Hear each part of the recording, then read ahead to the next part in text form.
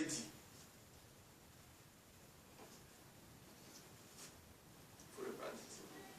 Abraham partit comme l'Éternel le lui avait dit. Et l'autre partit avec lui. Abraham était âgé de 75 ans lorsqu'il sortit de Charan. Abraham partit comme l'Éternel le lui avait dit. Dieu n'est pas un fils d'un homme pour mentir. Dieu dit à Abraham, je vais te bénir. Abraham est parti. Mais puisque Dieu lui a dit, je vais te bénir, ce n'est pas dit qu'Abraham n'a pas connu de perturbations. Abraham avait des servantes. Je disais encore la servante Esther. Abraham avait des servantes. Et puis peut-être Abraham regardait souvent Agar. Et que maman Sarah avait vu. Et puis comme maman Sarah s'est dit, non, finalement je n'arrive pas à avoir d'enfant, il dit à Abraham, va. Abraham a trouvé ça dans la chair, une opportunité. Mais Dieu lui a dit, ce n'est pas ça dans ma bénédiction. Des fois, nous nous contentons de certaines choses, de ce qui nous plaît des yeux, sans demander la volonté de Dieu. Mais ce n'est pas dans le plan de Dieu. Quand Dieu dit, il veille à ce que sa parole se réalise. Isaïe 55. Jérémie 1. Il dit, je veille à ce que ma parole se réalise. Et j'arrive au bout. Je me rassure que cela va se réaliser. Abraham est parti. Ce qu'Abraham a fait, c'est quoi?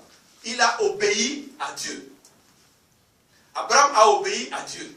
L'obéissance. Pourquoi j'ai dit Dieu n'est pas un fils d'un homme? Puisque si je viens, je dis, ah ma soeur, bon, passe demain, je vais voir ce que je vais faire pour toi. Toi-même, tu vas te mettre en doute.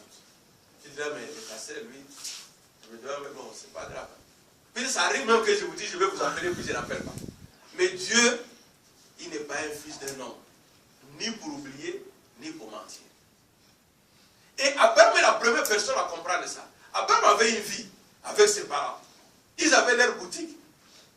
Ils vendaient des statues. Ils étaient bien. Abraham avait sa femme. Ses frères aussi. Un de ses frères est mort. Le père de l'autre. Et puis son père est mort. Dieu lui dit, va. La première personne à recevoir l'appel de Dieu, ce n'était pas Abraham. C'est son papa. C'est Terah qui a reçu l'appel de Dieu. Mais arrivé en route, il s'est arrêté, il n'a pas changé. Mais Abraham, quand il va, il dit non, celui-là qui m'a parlé, il ne se pose pas. Regardez ce qui est merveilleux. Abraham ne se pose pas, puisque l'apôtre Paul va me reprendre ça dans Romains. Abraham ne se pose pas de questions. Nous, souvent, c'est quoi? Non, il m'a dit, qu'est-ce qu'il va faire? On met d'abord le doute, on augmente l'incrédulité, on commence à réfléchir dans notre tête, et puis on se pose beaucoup de questions. Et quand on se pose des questions, notre pensée est troublée. Satan, il se contente de ça. À ce moment, les bénédictions ne viennent pas. Mais Abraham, qui écoute la voix d'une personne dont il n'a pas encore expérimenté, il accepte. Il accepte quoi? La parole de Dieu. Le verset 4 dit, Abraham partit comme l'Éternel le lui avait dit. C'est-à-dire, il a obéi à la parole de Dieu. Il y a quelque chose qui se passe là. Il y a Dieu qui a parlé, Abraham obéit à la parole, et Abraham espère. Donc Abraham développe, fortifie sa foi. Il espère. Et c'est ça qui le fait partir. Pour réussir dans la vie, il faut une certaine volonté. Il faut une décision. Et il faut l'espérance. Et il faut croire. Abraham a cru à Dieu qui lui a parlé. C'est ainsi qu'Abraham a accepté de partir. Regardez ce que Romains 4 nous dit. On va lire Romains 4 du verset 16 à 21. Qu'est-ce que l'apôtre Paul, puisque le pasteur a parlé tout à l'heure de l'apôtre Paul, qu'est-ce que l'apôtre Paul nous dit? Comment il nous explique la foi de notre Père Abraham? L'apôtre Paul est celui qui a dit, dans Romains 10, au verset 17, la foi vient de ce qu'on entend, et ce qu'on entend vient de la parole du Christ. C'est qu'Abraham avait compris. Abraham a développé sa foi. Abraham a manifesté sa foi. Il a cru à la parole de Dieu. Il a entendu la parole de Dieu. Il a mis foi à la parole de Dieu et il a obéi, il a exécuté. Romains 4, verset 16 à 21.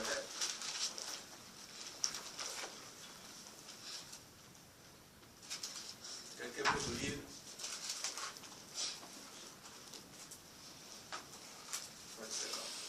Sur la parole au nom de Jésus. C'est pourquoi les héritiers le sont par la foi. Pour que ce soit par grâce, afin que la promesse soit assurée à toute la postérité, non seulement à celle qui est sous la loi, mais aussi à celle qui a la foi d'Abraham, notre Père à tous, selon qu'il est écrit. Je t'ai établi Père d'un grand nombre de nations. Il est notre Père devant celui auquel il a cru. Dieu qui donne la vie aux morts et qui appelle les choses qui ne sont point comme si elles étaient. Amen. Amen. Voilà, Abraham a cru à la parole de Dieu. J'ai dit tout à l'heure, toujours l'apôtre Paul, dans Romains, au chapitre 10, verset 17, il dit, la foi vient de ce qu'on entend. Abraham a cru à la parole de Dieu. Abraham n'a pas cru, Abraham n'a pas vu une manifestation de Dieu. Abraham a cru à la parole de Dieu. Et comme il a cru à la parole de Dieu, qu'est-ce que Dieu lui a dit? Tu seras le père d'une grande nation. Et toutes les familles de la terre seront bénies à toi. Si nous, aujourd'hui, nous sommes bénis, nous sommes des héritiers d'Abraham. Donc, nous sommes bénis dans cette bénédiction d'Abraham. Mais si Abraham avait cru, il n'a pas attendu un miracle. Et Abraham a cru, Abraham a cru à la parole de Dieu et il s'est manifesté. L'apôtre Paul, au chapitre 8, au verset 11, toujours de Romains, il va dire, si le Saint-Esprit qui a ressuscité Jésus-Christ d'entre les morts, si nous l'invoquons, nous aussi, le Saint-Esprit va ressusciter dans nos corps tout ce qui est mort. Tu es malade, tu appelles le Saint-Esprit va te guérir. Amen. Tu n'as pas d'enfant, tu appelles le Saint-Esprit va te donner l'enfant. Tu n'as pas d'argent, tout ce qui est bloqué en toi, il suffit d'invoquer le Saint-Esprit. Mais la première personne à croire, à savoir que Dieu donne vie à ce qui est mort, c'est Abraham. C'est ce que l'apôtre Paul dit au chapitre 4. Il dit, Abraham a cru que Dieu donne la vie à ce qui est mort. Pourquoi? Si vous lisez bien ce chapitre, vous allez voir Abraham, si vieux qu'il était.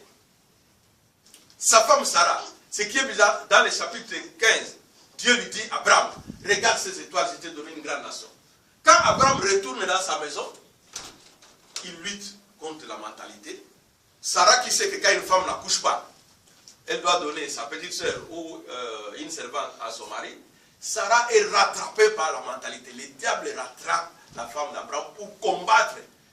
Dieu lui dit, regarde le ciel, je t'ai béni. Toutes les étoiles là, ce sont tes enfants. Il rentre à la maison. Peut-être en train de courir pour dire, hey, ma chérie, tu sais, dès qu'il arrive, il dit, non, tu sais que je suis vieille, Dieu m'a rendu stérile. Et je te propose Agar. Abraham oublie la vision de Dieu. Qu'est-ce qu'il fait? Il va vers Agar. Mais quand le Saint-Esprit les rattrape, l'onction de Dieu les rattrape, il se dit non. Dieu lui dit, moi je t'ai promis, donc je vais réaliser. Abraham regarde Sarah. Sarah, quand elle a vu des anges, elle s'est dit non, pas moi, je suis déjà vieille. Mais Abraham dit non, c'est Dieu là, il m'a dit va, je vais te bénir. Abraham a oublié que Sarah avait des rides. Abraham a oublié qu'il était vieux. Il est parti dormir avec Sarah. Et le sourire est né. Isaac est né. Donc voilà la foi d'Abraham. Il a oublié, il a effacé, il a ignoré que Sarah était vieille. Il a ignoré les rides, il voyait en Sarah le bonheur que Dieu a créé. Il voyait en Sarah le plan de Dieu. Donc Abraham est la première personne à croire que si le Saint-Esprit qui a ressuscité Jésus-Christ d'entre les morts, ce même Saint-Esprit est capable de ressusciter nos corps morts, nos problèmes, nos soucis. Voilà l'exemple de foi qu'Abraham donne. C'est pourquoi l'apôtre Paul compare. Il va, il est anéanti par des épreuves, par la mentalité, par les coutumes qui les rattrapent, mais il se réfère à Dieu. C'est ce que nous voulons faire ce matin. C'est ce que Dieu nous donne comme révélation ce matin. De nous confier à lui, de nous attacher à lui. À ce moment-là, nous aurons la révélation. L'apôtre Paul dira encore aux Éphésiens, au chapitre 2, au verset 13, il dit, Dieu nous a créés, et selon son bon vouloir. Ce n'est pas selon nous, selon son bon vouloir. Et qu'est-ce qui se passe? Abraham n'a pas prié pour avoir la grâce de Dieu, Dieu lui a fait faveur. Mais Moïse, par contre, quand il était coincé au bord de la rivière, au bord de la mer, Moïse a invoqué l'Éternel. Donc, Dieu fait grâce à qui il veut, quand il veut. Si Dieu te fait grâce, tu dis gloire à Dieu. S'il y a une situation qui t'arrive, l'apôtre Paul vient de nous dire tout à l'heure dans Romains 4, Abraham n'a pas dit, oui, mais Dieu là, il avait dit, voilà l'état de Sarah. C'est Sarah qui a eu cette idée, pas Abraham. Abraham a dit, l'Éternel m'a dit. Quand Dieu lui a dit, donne-moi ton fils Isaac, il est parti. Il a pris le couteau. Puisqu'il savait que s'il tue Isaac, Dieu va lui donner autre chose. Et Dieu lui a montré que non, la mort d'Isaac, là, il y a une vie. Prends le bélier, tu tues. Isaac va vivre. Puisque tu as obéi. Abraham est en train de faire quelque chose, de nous montrer comment agir à la fois. D'abord l'obéissance, et puis croire, et puis s'embarquer. C'est-à-dire partir, changer de côté. Voilà ce qui se passe avec Abraham. Et Dieu qui opère, il veut bien opérer dans ta vie. J'avais déjà parlé ici des temps. Dieu, tout le monde récite ça. Dieu est maître des circonstances et des temps. Mais il y a 3 sortes de temps dans la vie. Il y a ce que nous appelons les temps chronos. C'est ça qui nous divise. Par exemple, Brian est né le 10 mars. Nous avons les calendriers, nous avons les dates, nous avons les années. Ça, c'est les temps chronos. Que les Grecs appelaient ce qui détermine aujourd'hui la chronologie de certaines choses. Alors, il y a un autre temps, c'est le temps qu'on appelle le temps Aion. C'est ce temps qui est divisé en saisons. Comme David dit bien dans le psaume 1, un homme heureux, il est comme celui qui s'attache à la parole de Dieu. Il est comme un arbre qui ne connaît pas ni saison de pluie ni saison sèche. Ici, nous avons le printemps, l'hiver, l'automne, l'été. Et puis, chez nous, dans nos pays, nous avons la saison sèche, la saison de pluie. Tu vois, c'est un temps divisé en saisons. Mais il y a un temps que Dieu utilise, c'est les kéros. Les kéros, que d'autres vont parler de temps péros. Le péros en anglais, ça veut dire percer. Les temps où la personne perce, c'est ce temps que Dieu veut de nous ce matin. Les temps kéros qu'on appelle en anglais les now, en lingala sikoyo, c'est le moment, en français. C'est le moment. Le moment où Dieu agit. Toi, tu ne t'attends pas à ça. Tu peux prier. Oui, tu as prié, c'est comme si tu as stocké. Mais quand lui veut agir, il est maître des temps. Il choisit une circonstance. Il choisit un lieu. C'est pourquoi Dieu dit à Abraham, va vers le pays que je t'ai montré. C'est là que je te bénirai. Ce n'est pas où toi tu cherches. Ce n'est pas le mari que tu cherches. Tu as trouvé un homme, puisqu'il a la barbe un peu bien, ou bien il marche en route comme ça, et toi tu dis non, c'est celui-là. Non. Dieu sait qui sera ton mari. Il faut lui demander, puis c'est celui qui nous a créés. Il sait où est ton mari. Dieu sait où est ta femme. Tu peux te tourmenter, les gens peuvent te proposer, tu peux chercher. Moi aussi, je suis passé par là. Tu peux chercher, tu trouves des filles qui viennent, mais ils vont te dire, parfois, elle est enceinte de toi, elle va te dire, non, je ne peux pas accoucher avec toi. Ou bien elle disparaît. Ou bien elle va te mentir, mais donne-moi l'argent, j'achète une robe, c'est pour encore aller avorter. Puisque ce n'est pas le temps de Dieu. Alléluia. Amen. Dieu a son temps. Les kéros. Et il faut que chacun de nous prie pour que ce temps-là arrive. Regardez comment Abraham quitte son pays. Il traverse de la Mésopotamie de l'autre côté du fleuve. Sa vie change. Moïse et le peuple hébreu étaient en Égypte. Mais quand ils traversent, ils arrivent au bord du fleuve. Il y a quelque chose qui ne va pas. Pharaon est derrière eux. Mais Dieu dit, regardez, hein, Hébreux 14, il dit, regardez ces Pharaon. Regardez ces Égyptiens qui vous poursuivent. C'est la dernière fois que vous le voyez. Puisque je vais changer. Un autre temps, vous allez traverser le fleuve et la vie va changer. Mais malheureusement, ils sont restés rebelles là-bas. C'est ça qui nous arrive. Nous venons à l'église, on récite les versets bibliques. Oui, 2 Corinthiens 5, 17. Oui, Dieu est maître des temps, des circonstances. Et puis nous ne changeons pas notre vie. Le now de Dieu ne va pas. Vous savez, si nous allons au cimetière là-bas, nous avons trouvé beaucoup de chrétiens qui sont morts. Et on demande à Dieu, celui-là, il a fait quoi? Il dit, celui-là, moi, quand je l'ai créé pour de plans merveilleux. J'ai dit à Jérémie, je vous crée pour des plans merveilleux. J'ai dit à Yéhouzéphedé, je vous crée pour les plans merveilleux. Mais, j'ai dit à la personne, toi, tu vas... Qu'est-ce que les chrétiens et les pasteurs aujourd'hui pensent? Ils pensent qu'au bien matériel. Ils pensent qu'aux voitures, aux maisons, c'est ça les bénédictions de Dieu. Non. La paix d'abord. Tu peux avoir l'argent, tu peux avoir même des milliers de femmes. Comme j'ai donné l'exemple de Salomon la fois passée. Mais si tu n'es pas en paix, le royaume de Dieu, c'est un royaume de paix, de joie et de bonheur. Ça doit aller de paix. Mais Dieu va te dire, regarde celui-là, il est mort pourquoi? Ah, il est mort, bon oui, qu'est-ce que j'avais dit pour le nom? Il devrait être même président de la République. On lui a fait la prophétie, tu vas être président de la République. Il dit Amen, je le sois. Mais il n'a jamais changé sa vie. S'il était voleur, il est resté voleur. S'il était dans l'implicité, il est resté dans l'implicité. Comment tu vas recevoir ta bénédiction? Il faut changer de cas. Alléluia. Amen. Alléluia. Amen. Acclamons pour le Seigneur. Donc voilà, Dieu va donner ces secrets-là. Comme je dis tout à l'heure, Dieu va donner les grands secrets que j'ai dit tout le temps à Josué. Il dit, vous allez traverser le Jourdain. Josué dit, mais Seigneur, regarde, il y a une ville là-bas, Jéricho. Ils ont construit ça seulement quand ils ont entendu que nous on venait. Comment moi je vais franchir cette barrière? Comment je vais attaquer cette ville? Je n'ai pas d'armes. Dieu a dit, tu vas traverser de l'autre côté. Mais je te donne un secret. Si tu écoutes ma parole, j'ai dit à Abraham, va. Abraham a obéi.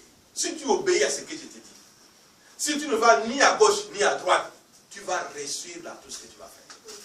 Il suffit simplement de respecter la parole de Dieu. Josué dit, oh. Donc Moïse, là, quand tu disais, monte dans la montagne avec lui dans Exode 25, je viens avec Moïse. Quand tu vas causer avec lui, il y a une nuée, tu causes avec Moïse, tu ne lui donnais pas des gris-gris. Tu dis non, je lui donnais une parole. Et Moïse respectait cette parole. Et quand il respectait, il réussissait. Tu n'as pas vu, j'ai dit à Moïse, frappe sur le rocher. Il était fâché contre vous, il a ramené sa colère vers moi, il a frappé 2 fois. Je lui ai dit, tu ne vas pas à Canaan. Ce n'est pas un autre secret. Et ce secret, Dieu nous donne encore ce matin. La parole de Dieu est la porte de la réussite, de la clé de la porte de toute réussite. Alléluia. Voilà. Donc, et pour ça, qu'est-ce qu'il faut si nous devons aller, si nous voulons réussir? Il faut simplement aller de l'autre bord. Aller de l'autre bord, nous prenons le sujet, comme je disais à madame hier, puisque j'ai vu une publicité à la télé. C'était marrant.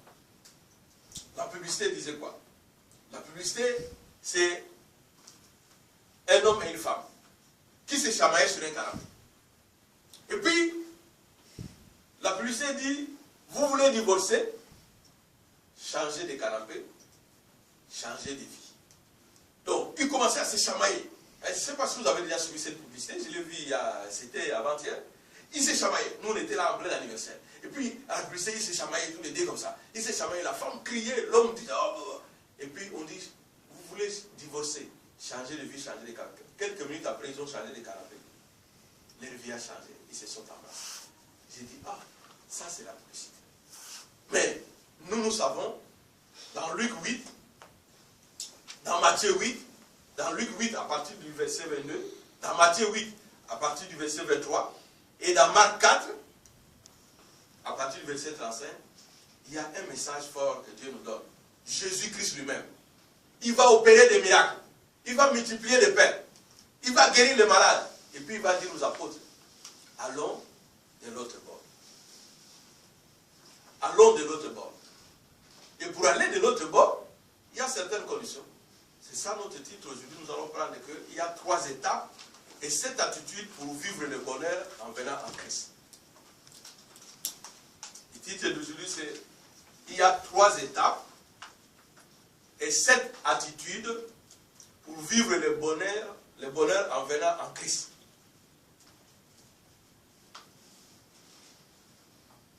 Il y a 3 étapes et 7 attitudes pour vivre le bonheur en venant en Christ.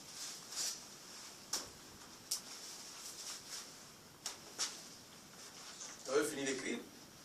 Comme ça, vous allez d'abord me suivre avant de se faire de bons écrivains. Je veux que vous puissiez écouter la parole de Dieu. Il y a 3 étapes et 7 attitudes pour vivre le bonheur en venant en Christ.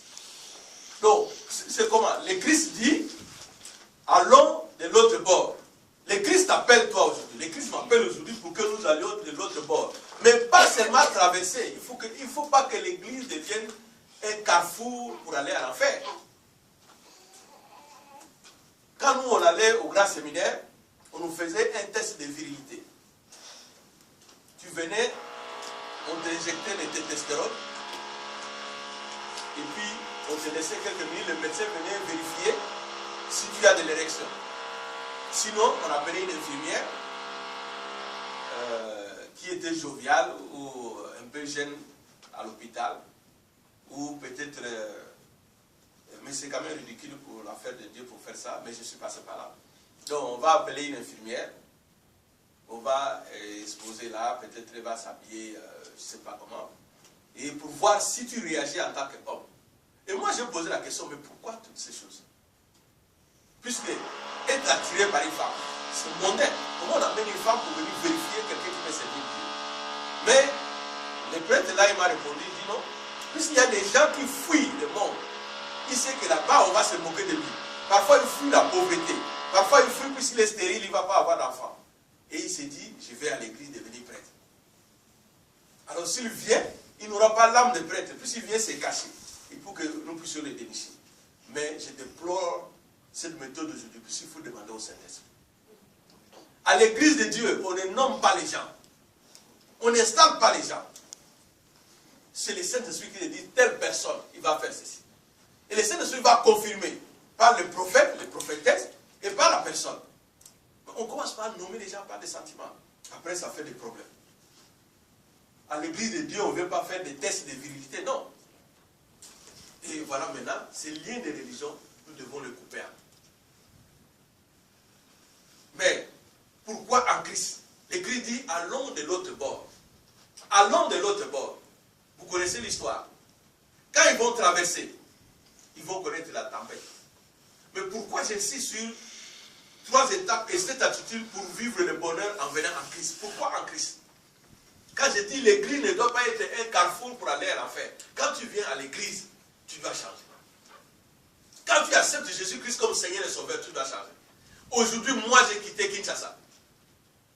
Ou si tu veux ouvrir, tu veux t'installer en commerce, tu loues une maison, tu vas chercher des produits pharmaceutiques chez les Pakistanais en ville, tu viens, tu écris pharmacie, et puis tu mets tes médicaments. C'est l'État qui te poursuit après.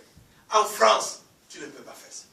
Puisque la loi demande que tu puisses, mais toi tu es congolais, chez toi tu fais ça librement. Pourquoi tu ne peux pas faire ici? C'est puisqu'il y a une loi. C'est puisque tu as accepté de vivre en France. Tu vas à Londres pareil. Tu vas aux États-Unis pareil. Donc, puisque tu vivais dans les désordres, quand tu viens en Christ, c'est pourquoi je sais, quand tu viens en Christ, les choses anciennes doivent être effacées. Tu dois oublier ton comportement avant. Il y a des gens qui sont à l'église, ils te disent, papa, il faut que je te parle. Hein? Tu sais comment moi souvent je suis une colérique, je suis inexcité, vraiment. Mais toi tu parles à ton pasteur, tu sais mon caractère, tu es content de confesser. De confesser, c'est ça le caractère-là. Donc quand tu viens à l'église, tu leur dis, papa, vraiment, depuis que j'écoute des enseignements ici, avant, j'étais nerveuse. Là maintenant, j'écoute les choses avec peine. Je remets tout à Dieu. Voilà, là tu ne fais pas honneur à ton pasteur, tu fais honneur à Dieu. Et pourquoi en Christ? Quand j'ai dit tout à l'heure de bicarbonate pour ma femme, les 2 Corinthiens 5, 17, au verset 18, on dit, les choses anciennes sont passées. On devient une personne nouvelle en Christ. C'est bien fini comme ça le verset. En Christ. Et on dit, il n'y a que Dieu qui peut faire ça. Il n'y a que Dieu qui peut te transformer en Christ. Tu ne peux pas prendre les décisions de ta vie et réussir seul. Il faut associer Christ. La servante a chanté tout à l'heure, tu es le Père de tous ceux qui ont le Fils en eux. Dans Colossiens. Christ en nous, espérant de la gloire. Toi, tu as reçu Jésus-Christ en toi. Mais comment tu vis exactement comme quelqu'un que tu es, comme ton ami de l'enfance, qui ne va jamais à l'église. Toi, tu dois changer. Nous avons le même problème, mais le comportement doit être différent. Puisqu'on a accepté Jésus-Christ. Il a une attitude qui nous apprend. Alors, quand on accepte de venir à Christ, on doit changer. Et si on change, on obéit à la parole de Dieu, on écoute la parole de Dieu comme Abraham, à ce moment-là, on prend les promesses de Dieu. Abraham est parti, Dieu lui a dit va, il a ramené l'autre. Dieu n'a pas dit d'amener l'autre. Ce sont ses sentiments à lui. Il est allé faire l'enfant avec Agar. Dieu ne lui a pas dit de faire l'enfant avec Agar. Et pendant tout ce temps qu'Abraham voulait encore vivre comme dans la maison de son père, il a perdu tout le temps, 24 ans, avant de venir avoir un enfant. Frère, je ne veux pas que moi j'ai perdu des années. Je vous ai dit, quand je suis confié à Dieu, il m'a fallu, en 3 mois, j'ai commencé à voir les merveilles. Mais j'ai toujours servi Dieu, depuis que je suis tout petit à 7 ans. Mais j'étais dans la distraction comme Abraham. Quand on vient en Dieu, on doit changer. Regardez David. C'est très beau tous les jours, on les récite, si c'est un des psaumes que j'aime. Je me demandais que l'Assemblée puisse retenir ces psaumes-là. David, qui fait cette expérience, il dit non, Il y a une seule personne qui est capable de changer la vie des gens. Il y a une seule personne qui est l'auteur, qui est le créateur. Comme dit Ephésiens 2, verset 13. Il dit, il nous a créés pour son bon plaisir. C'est lui qui fait grâce. David qui a lu l'histoire de Moïse. David qui a lu l'histoire d'Abraham. Il marche. Il dit non. Il fait les cela lui-même, il prend ses brebis. Il les amène. Il les amène à les paître. Jamais un mouton ne sait où il va manger. C'est le berger qui amène le mouton vers le pâturage. Le mouton marche. C'est le berger qui choisit la source d'eau. Puisque le mouton, s'il voit l'eau, même l'eau amère, il va boire. Mais son berger va taper. Il va lui dire, ne passe pas. Et David comprend donc. Il dit, oh, mais moi, mes frères, ils me ridiculisent si je suis un petit berger. C'est moi, je sais diriger ce mouton. C'est moi qui leur donne à manger. C'est moi qui leur amène de l'eau potable. C'est moi qui leur fais reposer dans les verts pâturages. Donc, l'éternel Dieu, lui qui est créateur, il est quoi? Il est mon berger, le psaume 23. Voilà comment David a fait la parité de sa vie pratique avec la vie divine. Il dit, l'éternel est mon berger. Et si l'éternel est mon berger, puisque moi je dirige le mouton, il ne manque de rien, donc moi je ne manquerai de rien. Mais pour qu'un chrétien arrive là, dire que l'éternel est mon berger, je ne manque de rien, il ne suffit pas de réciter les psaumes, il suffit de changer ta vie. Puisque tu t'es adonné, puisque le mouton, quand le berger fait comme ça, bah, il va comme ça, bah, il va comme ça. Les moutons cherchent à aller parfois de gauche à droite, mais les bergers, c'est lui qui dit ne va ni à gauche, ni à droite. Écoute ma parole. Et quand Jésus viendra même dans Jean 10, il va dire quoi? Mes brebis écoutent ma voix. Moi, je les connais et ils me connaissent. Donc, c'est là que David dit, l'éternel est mon berger, je ne manquerai de rien. Et à cause de son nom, même si je traverse la vallée de l'homme et de la mort, je ne crains aucun mal. C'est comme ça qu'il va combattre Goliath. On lui dit, mais toi, un petit comme ça, tu n'as jamais fait la guerre, qu'est-ce que tu fais? Mais David recule là, espèce de prétentieux. Mais pourquoi tu vas aller? Il dit non. Il avance. Il dit, Goliath, tu me suis? C'est puisque tu as des armures. Moi, je viens au nom de l'Éternel Dieu. Il ne vient pas avec n'importe quel nom, au nom de Dieu. Voilà comment David expérimente. Et il finit le psaume 23, au verset 5 et 6. Il dit quoi? Tu débordes, tu me ouais d'huile fraîche, ma coupe déborde. Je vais vivre dans le bonheur tous les jours de ma vie. Il est déjà rassuré. Abraham a entendu, Dieu lui a dit, va, tu seras béni. Il n'avait pas encore la bénédiction, il a accepté. David dit, je vais vivre dans le bonheur. Mais pendant ce temps-là, David n'était même pas encore roi. Il souffrait, il courait de gauche à droite, puisqu'il se cachait dans les cavernes, il fouillait sa vie. David a eu des problèmes avec ses enfants, mais il dit, l'Éternel est mon berger, je ne manquerai de rien. Il dit, je vivrai le bonheur tous les jours de ma vie. Et je vais demeurer dans la maison de l'Éternel. C'est-à-dire, je vais m'attacher à la parole de Dieu. Voilà, un chrétien qui vit les 2 Corinthiens 5, 17, doit avoir cette espérance-là, doit penser comme ça. David a réalisé que, toi personnellement, quand tu restes dans la maison, tu dis, oui, j'ai prie, je vais à l'église. Sur quelle parole de Dieu tu te bases? Quand tu pries, tu as ta foi.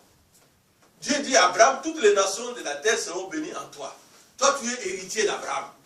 Tu as les bénédictions d'Abraham. Mais pourquoi tu ne les arraches pas?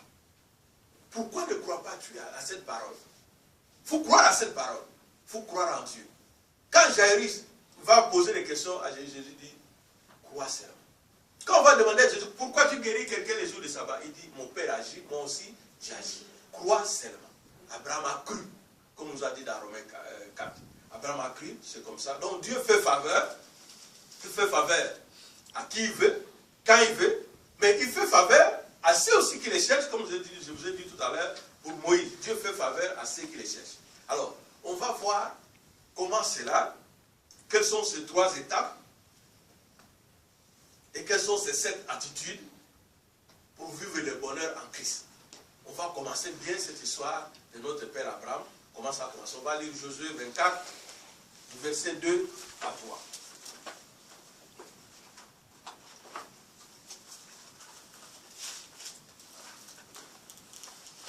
Josué 24, verset 2 à 3.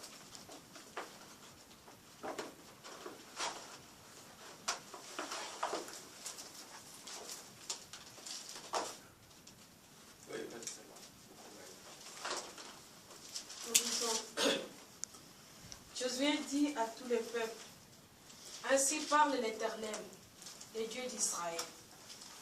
Vos pères Téra, père d'Abraham et père de Nacor, habitaient anciennement de l'autre côté du fleuve, et ils servaient d'autres dieux.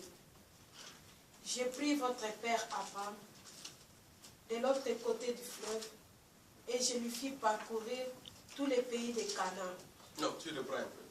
Dieu a dit quoi? J'ai pris votre père Abraham de l'autre côté du fleuve, et je lui fis parcourir tous les pays de Canaan. J'ai multiplié sa postérité et je lui donnai Isaac. Amen. Amen. Donc Dieu dit, Josué explique à tout le monde ce que Dieu lui a dit. Il dit, j'ai pris votre père Abraham de l'autre côté du fleuve. Je l'ai pris de l'autre côté du fleuve. Et la suite dit quoi? Où il priait d'autres dieux. Abraham n'était pas dans le Seigneur. Dieu l'a pris. Il a parlé à Téra, son père. Allez-y. Téra s'est arrêté en route à Charan. Charan, ça veut dire petit fruit. Il s'est contenté, puisque tu viens à l'église, bon, passer il faut que j'ai pris, j'ai tout le travail. Dès que tu as trouvé le travail, tu disparais de l'église. Petite bénédiction. Dieu a des plans merveilleux pour toi. Donc tu as des petits fruits, donc je suis béni. Tu vois quelqu'un, tu lui dis, mais mon frère, tu ne viens pas à l'église? Non, moi ça va, je suis bien dans ma vie, j'ai une famille. Tout. Donc tu limites ta vie, tu limites ton Dieu. Mais quand Téra va mourir, Dieu va parler à Abraham. Il dit, va vers le pays que je t'ai dit. C'est là qu'il va aller à Canaan. Canaan, ça veut dire beaucoup de fruits. Tu vois, Abraham va entrer dans cette bénédiction. Et quand Abraham va au pays, il va arriver là-bas, il va avoir du fruit. Mais Abraham a mis du temps pour obéir. Il a obéi à la parole, mais il a mis du temps pour comprendre le fonctionnement de Dieu. Puisqu'il y avait un combat. Nous avons le combat.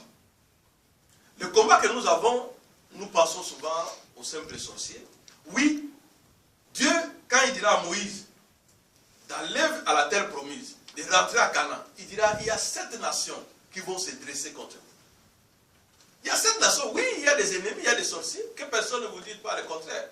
Il y a même des ennemis, des personnes qui exercent, qui incarnent le diable à côté de vous, qui vous découragent.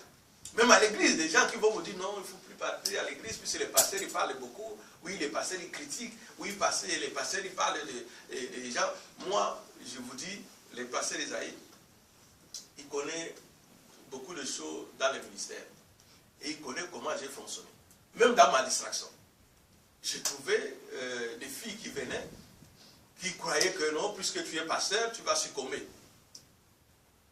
Ou puisque tu es célibataire. Mais non.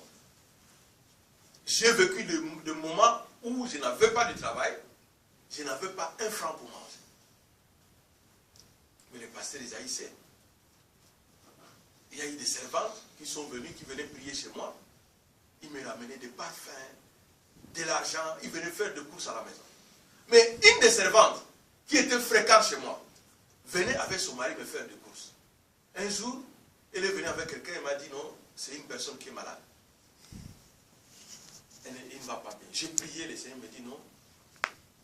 Elle commet l'adultère avec cet homme. J'ai avalé. Je suis parti dormir. Elle m'a amené encore quelqu'un d'autre pendant qu'elle était au salon. Dieu m'a dit, toi tu pries pour... C'est quel genre de prière que tu fais? Tu n'es pas un marabout. Il faut lui dire que l'adultère c'est mauvais. Voilà la chair. Sarah te dit, voilà, regarde. La vie me dit, mais toi tu n'as pas de travail, c'est elle qui vient te payer la maison. C'est elle qui vient te donner la nourriture. Laisse-la dans sa vie. Dieu me dit, non, tu ne peux pas, il faut que tu sortes, tu dis. Je suis resté dans ma chambre, j'ai appelé le pasteur Isaïe. J'ai dit, je suis face à la dame. Le Seigneur me dit, c'est pasteur Isaïe, il faut dire. Il faut annoncer la parole de Dieu, il ne faut pas avoir honte. Je suis sorti, je lui ai dit, ma soeur, Dieu n'aime pas l'adultère. Elle a commencé à crier.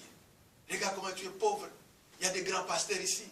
Il y a des grands prêtres. Toi, tu es pauvre comme ça. Moi, je t'amène des gens qui peuvent te donner des 1000, des 500 euros.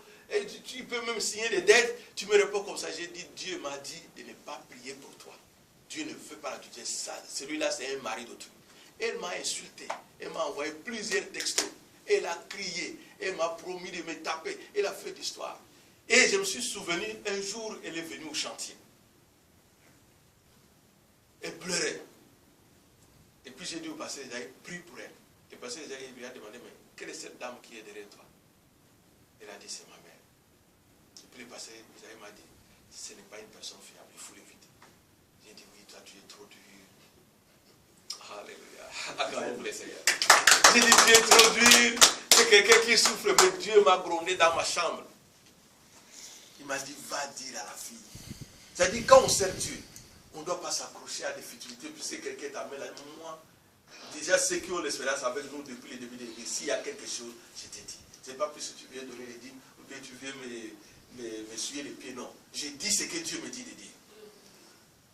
Alors, le Seigneur dit à Abraham, va de l'autre côté du fleuve.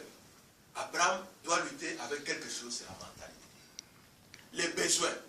Des fois, le diable nous met dans des situations où nous devons seulement demander à quelqu'un d'autre. Ce n'est pas dans les plans de Dieu, c'est pour se faire avoir. Ce n'est pas dans les plans de Dieu. Abraham a lutté.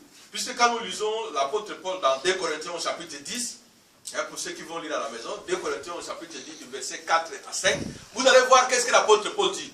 Il dit, nous allons lutter, les armes que nous allons utiliser sont les armes spirituelles. Nous ne luttons pas contre les hommes physiques. C'est comme moi, je vous dis souvent que je n'accepte pas ceux qui disent que non, j'ai fait le combat spirituel. Quel combat tu fais? La personne qui te combat, tu ne le vois pas. Les sorciers qui te combattent, tu le vois. C'est Dieu qui combat pour toi. Invoque le nom de l'Éternel et la victoire est en son nom. Toi, tu dis, tu es là dans la chambre. Oui, je te chasse. Oui, mais tu chasses. J'ai dit, au nom de Jésus, je te chasse. Puisque toi, tu ne le vois pas, mais Jésus le voit. Alléluia. Amen. Alors, Abraham devrait lutter avec quelque chose que je vous demande aujourd'hui, dans la révélation de lutter, c'est déjà la façon de prier. Des fois, nous orientons mal nos prières. Puisqu'on a lu une prière quelque part, voilà, on commence à réciter ça comme ça. Puisqu'on a entendu quelqu'un prier comme ça, et puis on adopte. Mais non, il faut que le Saint-Esprit t'inspire. Il faut que tu demandes à Dieu de te donner ce don de prière. Il faut que tu pries, que tu orientes ta prière par rapport à ton événement. Nous avons des liens de religion dans certaines églises où on était. On dit, viens prier pour un malade, tu arrives là. Notre Père qui est au ciel, je vous salue. Oh, non, encore une prière mauvaise. Et puis tu vas, on dit de manger sur la table, notre Père qui est au ciel, je vous salue Marie. On dit de prier pour une personne qui va faire l'examen, notre Père qui est au ciel, je vous salue. Mais c'est quel genre de prière ça? Abraham a lutté, comme l'apôtre Paul dit, dans 2 Corinthiens, chapitre 10, du verset 4 à 5, il dit, nous devons lutter contre les forteresses. Les forteresses, ce sont ces mentalités d'écouter tout ce qu'on nous a informé dans la tête là. Hein? Moi, je suis sensible. Je n'aime pas. Je te dis, voilà, il faut. Oh non, on avait dit. Les 11, c'est qui? Mon Dieu, il n'a pas dit. La Bible ne dit pas. On avait dit. On te dit d'aller prier Marie. Tu dis oui, mais puisque j'ai vu quelqu'un là, tu as vu quelqu'un, est-ce que la Bible te dit ça? On avait dit. On avait dit ça tue les gens. Nous devons lutter contre les forteresses. C'est qu'on a dit, oui, dans ma famille, c'est comme ça. Il y a des gens même qui deviennent. J'ai vu des personnes, du pasteur, je suis malade. Qu'est-ce qu'il y a? Oh non, ma mère, quand elle avait 45 ans, elle avait souvent mal au ventre. Moi, quand j'ai eu 45 ans, elle doit avoir. Mais c'est quelle histoire ça? Oh, dans ma famille, c'est comme ça. Non, toi, tu es en Christ. Ça, c'est des choses anciennes. Ça ne doit plus exister en toi. Si dans ta famille, on a dit les gens ne se marient pas, tu dois te marier par le nom puissant de Jésus. Amen. Si dans ta famille, les gens meurent de maladie, toi dis, je vais mourir d'une vie paisible. Je vais mourir d'une vie paisible. Je vais me rassasier des jours paisibles avant de mourir. L'apôtre Paul dit, Abraham a reçu de l'autre côté du fleuve, puisqu'il a lutté contre les mentalités, les coutumes de chez lui. L'exemple que je vous donne, chapitre 15 de Genèse. Dieu lui dit, regarde les étoiles. Il rentre à la maison, Sarah lui dit, non, je suis vieille, il faut aller vers la gare. Et il va. Dieu lui dit, va, il ramène l'or. Mais quand il a compris que c'est Dieu-là, comme nous avons lu dans Romains 4, que c'est lui qui appelle les choses qui n'existent pas. C'est-à-dire, Abraham a compris l'Hébreu chapitre 11, verset 1. La foi, c'est une espérance aux choses qu'on ne voit pas. Et la démonstration de cette espérance. C'est-à-dire, Dieu appelle les choses qui n'existent pas. Il les appelle. Alors, nous allons faire une prière. Chacun de nous va prier. pour ramener à l'existence ce dont il a besoin. Ce dont on lui a déjà dit dans une prophétie. Ce dont il espère vivre dans sa vie. Ce qu'il cherche dans sa vie. Qu'il demande à Dieu. Que le Saint-Esprit s'occupe du transfert. Pour qu'il ramène à l'existence la vie qu'il veut amener. Que chacun de nous prie. Puisque Dieu veut opérer dans la vie d'un chacun ici ce matin. Moïse a appelé Dieu quand il était confronté contre Pharaon. Je vous ai dit tout à l'heure, Exode 14. Et Dieu lui a dit, toi, tape seulement le bâton, lève ta main. La main va se fendre. Prie pour que Pharaon qui te poursuit ne te retrouve pas de l'autre côté du fleuve. Qu'il s'arrête au bord du fleuve. Prie pour que Jésus entre dans ta vie. Prie pour que Dieu se mette entre toi et tes ennemis. Comme il s'est mis entre le peuple hébreu et Pharaon. Prie que Dieu t'aide à passer de l'autre côté. C'est difficile de changer de vie. C'est difficile de prendre des décisions dans la vie. Mais si tu luttes contre l'intelligence, contre les phrases qu'on t'a dit, oui, mais, contre les bofs, hein, on te dit quelque chose, bof, tu sais, oui, mais, si tu luttes contre ça, prie à ce moment pour chasser les forteresses, les hauteurs, l'incrédulité, les doutes dans ta vie. Prie pour que ta foi soit certaine, pour que tu saches que quand tu demandes à Dieu, il va te l'accorder au nom puissant de Jésus-Christ de Nazareth. Prie. Brise les forteresses, brise les murs d'intelligence, brise les hauteurs, brise les souvenirs de religion, brise les méthodes anciennes.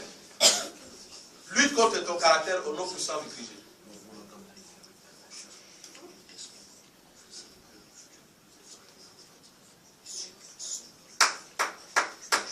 Alléluia. Alléluia. Amen.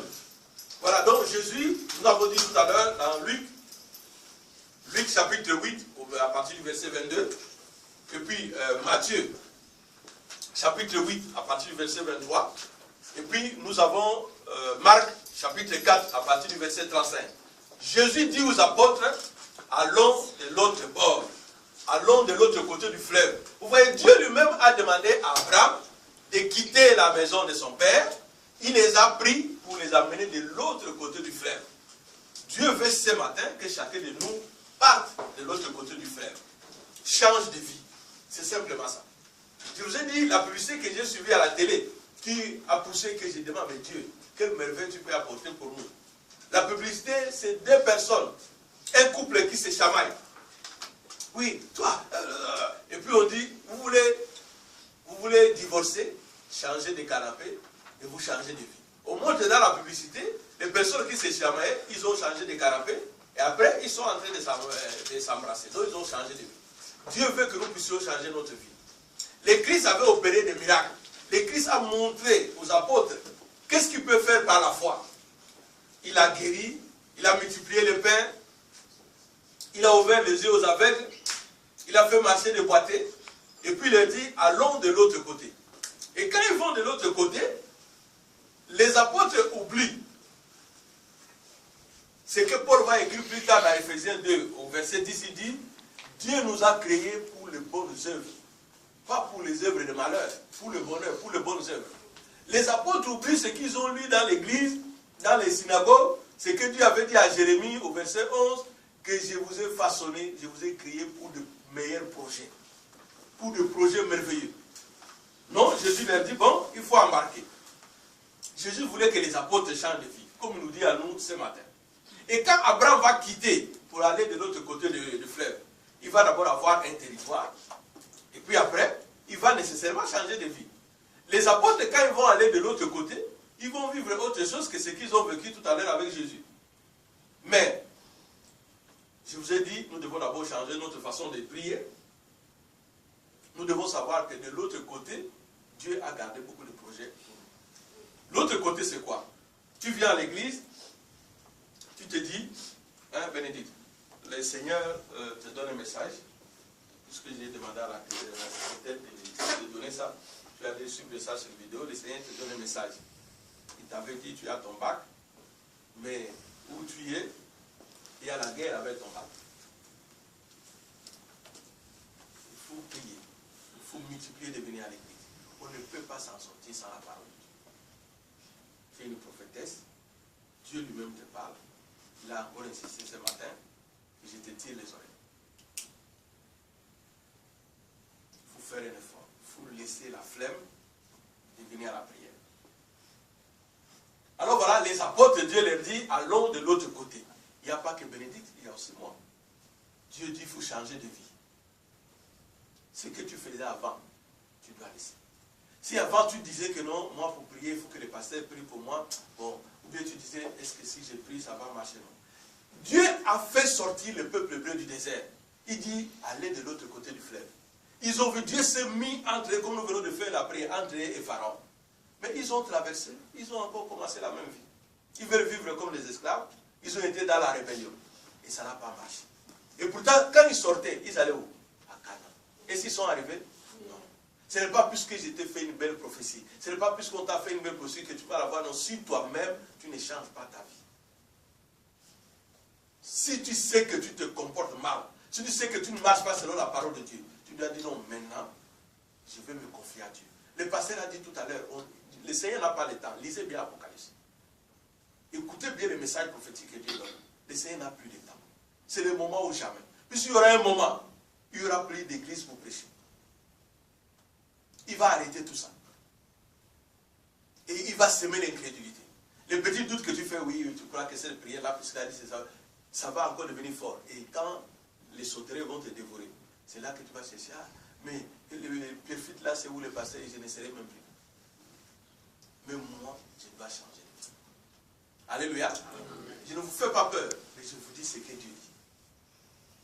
Alors, donc pour passer de l'autre côté avec Jésus, il y a 3 étapes à faire. Pour qu'Abraham aille de l'autre côté du fleuve, comme nous avons vu dans Josué 24, il y a 3 étapes à passer. Mais il y a 7 attitudes à avoir. C'est ça notre titre du jour. Mais c'est là en Christ, tu ne peux pas les avoir seul. Il faut, puisque tu es héritier d'Abraham, tu es dans la grande nation que Dieu a promis. Tu as les bénédictions de Dieu. Mais tu dois les posséder. Pour les posséder, il faut que tu viennes en Christ. 1 Corinthiens 5, 17. Tu viennes en Christ. Quand tu viens en Christ, à ce moment-là, tu as ce que tu veux. Tu vas prier. Hein, maintenant, je provoque certains prophétesses, puisque je me dis, tu vois, quand ma fille Bénédicte est arrivée, elle venait là, elle était malade, il faut prier pour le Dieu, dit non, c'est une prophétesse. Et puis, je ne la voyais plus. J'ai commencé à l'appeler. Même ça, moi, c'est demandé, mais pourquoi il cherche la fille là comme ça? J'ai commencé à l'appeler, je l'ai cherché, j'ai demandé qu'elle revienne. Dieu a dit, mais tu as vu ce que j'ai mis dans ses mains. Je l'ai envoyé là, j'ai utilisé cette occasion que ton malade pour venir là. C'est pour qu'elle vienne travailler dans cette église. J'ai commencé à appeler Bénédicte. Et puis, maman Esther là, des fois elle me voyait prier pour elle, elle disait, mais toi tu n'as jamais peur, pourquoi tu fais? Et puis maintenant, quand Dieu lui dit, va prier pour qu'elle, je la regarde, je dis, toi tu n'as pas peur. Puisque quand on est en Christ, la peur là doit partir. Les choses anciennes ne doivent plus exister. Il y a quelqu'un d'autre qui vit en toi. Christ en moi, Colossiens. Christ en moi, espérance de la gloire. Christ est en toi. Jésus lui-même, il dit, Dieu dit, il parle et puis quelque chose arrive. Abraham a expérimenté ça. Et moi, je vais avoir peur de quoi? Puisque je parle en son nom, ça doit arriver. Alléluia. C'est pourquoi je prophétise ce matin, pour qu'il n'y ait plus de tempêtes dans vous. Au nom puissant de Christ Jésus. Amen. Amen. Voilà. Nous allons donc voir notre titre, donc les 7 étapes, les 3 étapes, et puis les 7 attitudes à avoir pour traverser, changer de vie. On commence d'abord par les étapes.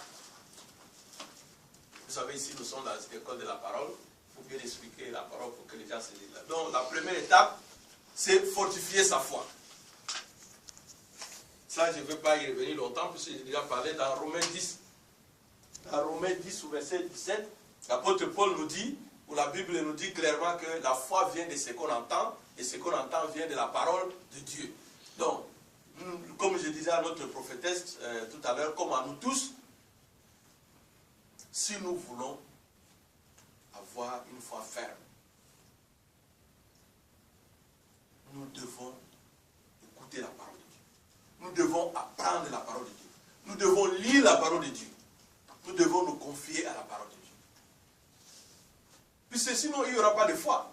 Moi, quand je prie, je vous donne mon expérience, c'est plus que j'ai expérimenté ce que Dieu a dit dans la Bible. Et ça s'est fait dans ma vie. J'ai vu ce que Dieu a fait à Abraham. Dieu a fait à Isaac. Dieu a fait à Moïse. Ce que Jésus-Christ a fait. Ce que les apôtres ont fait. Le pasteur Benjamin me demandait un jour, mais il dit, mais Paul a souffert comme ça. Moi, il dit, oui. Il est resté 2 ans en prison. Le Christ lui a dit, tu vas aller en prison. Tu vas rester là-bas. Et comment? Il était en pleine prière. Il y avait les filles de Philippe qui étaient là, qui faisaient les prophéties.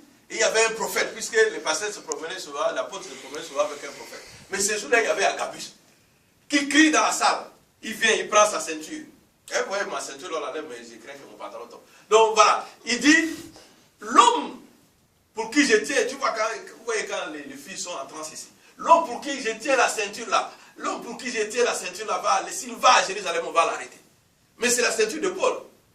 Et il a l'onction de Dieu. Il s'est dit que c'est lui. Et puis tout le monde commence à lui dire, non, ne parle pas. Voilà les sentiments. Ne parle pas. Il dit, je vais aller. Il a été prévenu. Et il est allé. Comme il est allé, on l'a arrêté. Il est allé en prison. Et puis il avait les paroles de Dieu. Dieu lui dit, non, tu dis, je vais aller à Rome. Et aujourd'hui, nous sommes contents d'être ces nations païennes pour qui Paul a prêché, pour qui nous prêchons, d'être appelés apôtres.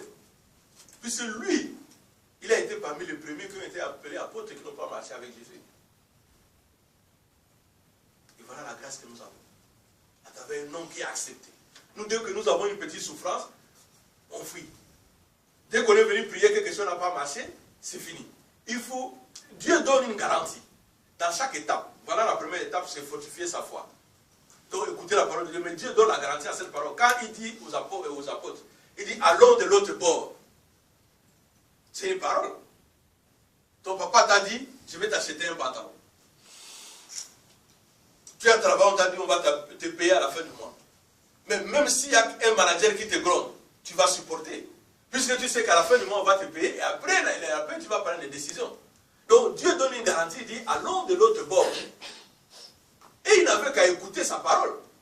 Mais ils arrivent dans les bateaux. Seigneur, mais nous allons mourir. Seigneur, mais toi tu es là, tu dors. Pendant que nous on souffre. Oh là là, mais vous êtes des pécheurs, moi je ne suis pas pécheur. Tu vois, ils ont oublié cette garantie. Dieu a donné allons de l'autre. Il ne leur a pas dit non, on va essayer d'aller, ou bien on va se noyer. Il a dit allons de l'autre bord. Mais s'ils écoutaient sa parole, s'ils repensaient simplement, ils revivaient ce qu'il venait de faire, ils n'allaient pas avoir peur. Alors, la deuxième chose, c'est surmonter les épreuves. Quand on surmonte des épreuves, on fuit la peur. Nous avons vu tout à l'heure dans Romains 4, Abraham a oublié qu'il était vieux et que Sarah avait des rides. Mais il a accepté d'aller vers Sarah pour que les miracles de Dieu s'opèrent. Je dis souvent aux jeunes filles de faire attention. Quand ils voient un garçon, ils le regardent d'abord comme ça. C'est pas mon genre. C'est pas ton genre. Mais les genres masculins que tu vas chercher là, selon ton genre à toi, qui n'est pas le genre de Dieu, va devenir boxeur à la maison. Après tu viendras passer, ça ne marche pas. Parce que ça, tu n'es pas en Christ. Quelqu'un qui est en Christ ne tient pas de tel langage. Quelqu'un qui est en Christ, Dieu a dit, invoque-moi, je te répondrai. Tu rencontres un garçon. Même s'il est comme P. Diddy, même s'il ressemble, je ne sais pas moi, à 50 Cent, ou à, je ne sais pas moi, qui d'autre vous connaissez là. Les garçons. Même si tu rencontres une fille qui ressemble à une sirène ou un serpent comme Nicki Minaj ou Rihanna, ce n'est pas là le problème. Le problème, c'est de demander à Dieu. C'est lui qui a fabriqué. Ces médicaments-là, si je bois, ça peut me donner une cirrhose de foie. Tu vas commencer à marcher comme ça en route. Puisque tu es dépassé, tu as voulu contrebalancer, bon, tu as contrebalancé. Mais quand tu demandes la volonté de Dieu, à ce moment-là, tu deviens dans les livres des Proverbes. La bénédiction de l'Éternel. Donc, quand tu es en Dieu, ne crois jamais que, regardez, quand nous avons commencé la prière, quand les pasteurs a parlé, je vous ai dit, dans Jean 16, verset 33, Jésus dit aux apôtres, vous connaîtrez les tribulations, mais n'ayez pas peur, puisque la victoire à moi, j'ai vaincu le monde. En mon nom, vous allez tout réussir. C'est-à-dire que dans la vie de quelqu'un, quand Abraham est parti, il n'a pas vécu que la facilité. Aujourd'hui, nous l'appelons père de foi. Abraham n'a pas eu une vie facile. Il avait Sarah, il avait Agar, une famille divisée, il ne sait pas que faire, il avait l'autre, il avait tous les tourments. Mais il a tenu compte de toutes ces épreuves. Les apôtres de Jésus leur dit, allons de l'autre bord, il y a une garantie. Moïse, Dieu lui a dit, tu vas, il y a cette nation. Mais Moïse est allé. Puisque Dieu m'a dit, donc je vais réussir. L'apôtre Paul, dans 1 Corinthiens 10 encore, puisqu'on a parlé de ça tout à l'heure par rapport aux forteresses, on a parlé de 2 Corinthiens 10, mais dans 1 Corinthiens 10, verset 13, il dit les épreuves qu'un chrétien a dans la vie, ce sont les épreuves jugées par rapport à la nature humaine. Ça ne doit pas dépasser quelqu'un. Tu passes un moment de désert, où parfois ta fille ne t'appelle pas au téléphone, tu vas supporter. C'est comme ça la vie. Mais tu pries Dieu pour qu'il y ait une solution. Tu as un patron qui te gronde, tu as une famille qui ne s'entend pas avec toi, tu n'as rien dans ton compte. Ça, c'est des épreuves. Même les païens, c'est les mêmes épreuves. Mais toi, tu es un enfant de Dieu. Tu dois les accepter et les soumettre à Dieu pour réussir. Donc, ça, c'est la deuxième étape, c'est surmonter les épreuves. Il faut savoir supporter. Hein, vous allez me lire 1 Corinthiens 10, verset 13, vous allez voir que les épreuves que nous avons dans la vie, Dieu sait, c'est à la hauteur humaine.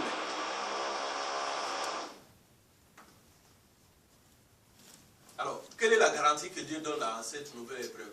Il dit à Moïse, oh mais c'est très beau ça. Il dit à Josué, n'aie pas peur, vas-y, traverse le Jourdain, mais je serai toujours avec toi. Je serai devant toi, je serai derrière toi, je serai à tes côtés. Il dit à Moïse, il y aura 7 nations, mais ils ne vont rien vous faire. Il dit à Abraham, tu vas, celui qui te maudira, il sera maudit. Celui qui te bénira, il sera béni. Voilà, il y a une garantie. Mais nous, les chrétiens, nous avons cette garantie-là. Nous sommes les descendants d'Abraham. Nous sommes les héritiers d'Abraham. Mais pourquoi avons-nous peur? Pourquoi avons-nous peur? Puisque nous avons encore des forteresses dans nos têtes, là. Les hauteurs, l'intelligence. On te dit, oui, ma soeur va prier comme ça. Oui, tu sais, on avait dit toujours les on. Mais ce que Dieu te dit, c'est ça que tu dois appliquer. Si tu l'appliques, tu as la réussite. Voilà une garantie. Dieu n'a jamais laissé quelqu'un seul. Il disait même à Moïse que l'ange qui va vous accompagner, il sera devant vous. Quand Pharaon est venu, lisez bien dans Exode 14, Dieu s'est placé. C'est là qu'il a mis la poussière, il s'est placé entre Pharaon et le peuple pour que le peuple puisse traverser. C'est la prière que je vous ai demandé de faire tout à l'heure. De demander que Dieu se place entre vous et vos ennemis. Ne viens pas, oui, puisque tu as appris à prier, oui, je prie, je chasse, je lis. Mais ça ne va rien marcher. Lis au nom de Jésus. Prie, demande à Dieu. Tu ne vas pas prier comme ça. Je me souviens, quelqu'un demandait à ma fille un jour, comment tu fais pour prier? Il dit, mais je ne sais pas. Puisque quand je prie, c'est le Saint-Esprit qui me donne des paroles. Les gens viennent parfois, nous prions. Pasteur ou prophète ici. On prie, quelqu'un arrive, il dit, il faut prier pour moi. On touche la personne. Il dit, Seigneur, je prie. Je chasse le mot de ventre qui a. Après, je dis, ah, il a vu. Oui, mais c'est le Saint-Esprit qui a dicté. Et si j'ai formulé une prière, puisque j'ai vu tel pasteur, il tape, il donne des coups de pied aux gens, et puis les gens tombent. Non. J'ai prié, le Saint-Esprit m'a dit ce qu'il y a à la personne. Et toi, tu es héritier d'Abraham ou héritier d'Abraham. Si tu pries, le Seigneur va te parler. Donc le Seigneur donne toujours. Il dit, n'ayez pas peur de surmonter les épreuves. Dans cette étape-là, il y a une garantie. Il dit, je serai avec vous. Et tout à l'heure, j'ai parlé, mais je n'ai pas écrit ça. J'ai parlé de la puissance de la croix. Et puis, j'ai parlé encore de David. Regardez ce que David fait. Il connaît, il dit, je viens au nom de l'Éternel pour combattre Goliath. Et David nous écrit un plus beau psaume. Quand tu veux donner à quelqu'un, il dit, non, c'est mon psaume que je récite tous les jours. Oui, tu récites, tu ne pries pas avec. Puisque David dit, puisque je suis dans l'Éternel, celui qui se repose à l'ombre du Tout-Puissant, qui est couvert par la grâce de Dieu. Il ne craint ni les terreurs de la nuit, ni la peste qui vole au grand jour. Qu'il en tombe 1000 à ses côtés, qu'il en tombe 1000 à sa droite, il reste quoi? Hors d'atteinte. Celui qui a la foi, il a cette espérance. Voilà, David faisait l'espérance de sa vie. Quand il allait, il s'est dit non, il ne va rien me faire. Mon Dieu, Saül te poursuit. Il dit, il ne va rien me faire. Il entre dans un trou, dans une caverne, Saül vient aussi. Et puis c'est Saül qui tombe, il coupe son habit, après il lui donne. Il dit, tu ne m'as pas tué, mais moi je ne te tue pas. Il dit, mais pourquoi tu ne m'as pas tué? Il dit, non, moi je ne te tue pas. Mais toi tu me ferais rien puisque j'ai l'Éternel Dieu à moi. Amen. Alléluia. Amen. Acclamons pour le Père. Donc alors, la troisième étape, nous avons dit qu'il y a 3 étapes pour aller de l'autre côté. Donc Abraham a eu cette foi, puisque Dieu a dit, je serai avec toi. Ceux qui te maudiront seront maudits, ceux qui te béniront seront. Donc Abraham n'a fait peur de rien. Regardez Abraham, le roi, il y a un roi, le roi de Sodome, vient lui donner des présents. Les enfants de Dieu, dès qu'on te donne un cadeau, j'ai dit ici, dans Exode 23, verset 8, Dieu dit, faites attention au cadeau. Faites attention au cadeau. Les gens qui viennent là, ils sont toujours prêts à vous aider. Vous ne savez pas ce qu'ils ont par derrière. C'est Dieu qui dit, faites attention au cadeau. Ce n'est pas les pasteurs. Après, vous dites, non, votre pasteur là, il dit toujours, il critique. Non, ce n'est pas ça. J'ai dit la parole.